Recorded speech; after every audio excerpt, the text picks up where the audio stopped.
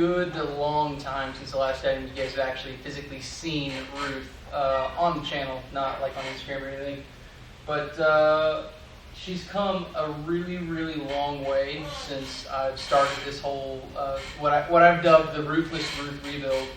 And I'm sorry that there's kind of bits and pieces that don't make sense from the time-lapse footage you guys have just seen, but in the run of things of how I've done the construction, there's been a couple bits and pieces that were more or less R&D and then finding the way to do it than it was to just outright fabricate it. So to give you a bit of an example, running the radiator hosing took me a minute or two.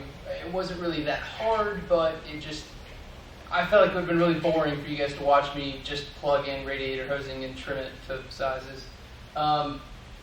The building of the subframe, so the actual welding and everything, that was not really all that important, and at the same time, there wasn't there wasn't enough time to time lapse it because it was pretty quick.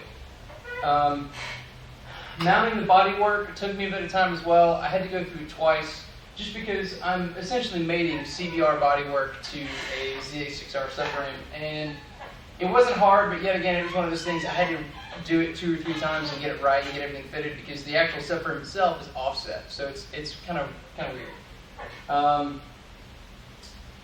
I believe where I left you guys off for Instagram was just having this shape put in line, and then I've got the exhaust system that was just hanging off the back of it.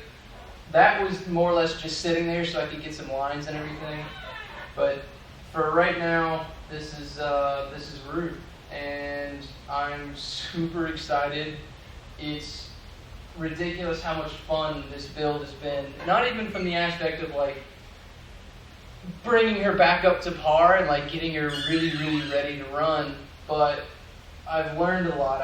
I've learned a lot about carburetor jetting. I've learned a lot about intake because I've completely deleted the whole airbox, which took up this entire space right here. But I've also learned a lot about my determination to complete the project, and I've kind of had this step, this like goal of sense. You know, there's the grand goal of obviously finishing the build, but the biggest goal out of it was that every day that I'm at work or every day I come into the shop, it was get something done, get like one thing done, check it off the list. And so far, every day that I've worked on it, I've gotten one thing done, or I've gone back a step and fixed something and then gone 2 steps forward. But I'm super excited to get this all finished, get everything buttered up so that she's nice and pretty by the time the meetup rolls around in May. And I really look forward to hearing what you guys say about it down in the comments. I'm very proud of everything that I've done so far. One of the biggest things I want to say thanks to the Bedlam crew. This project has kind of been like my own, but at the same time, almost every time that I'm here late, you know, James or Lee or Travis stays and kind of helps me with little bits and bobs that I can't do. Cy did some welding for me on one of the off chances he was in here, so I really want to say thank you to you guys. But yeah, so this is the project, and I'm about halfway done. The things that I have left to do is build the mid-pipe that will actually swing from under the rear sets, under the seat, straight back to go into the exhaust pipes that I've got on the back. Obviously build the seat. I've already got the front end cut out. It's going to be a number plate style with a single headlight. Haven't decided what I'm going to do with it yet though, so just bear with me there. Bodywork is permanently mounted and ready to go. The last thing other than that is to kind of fill in the gaps with aluminum and take it and send it off to paint.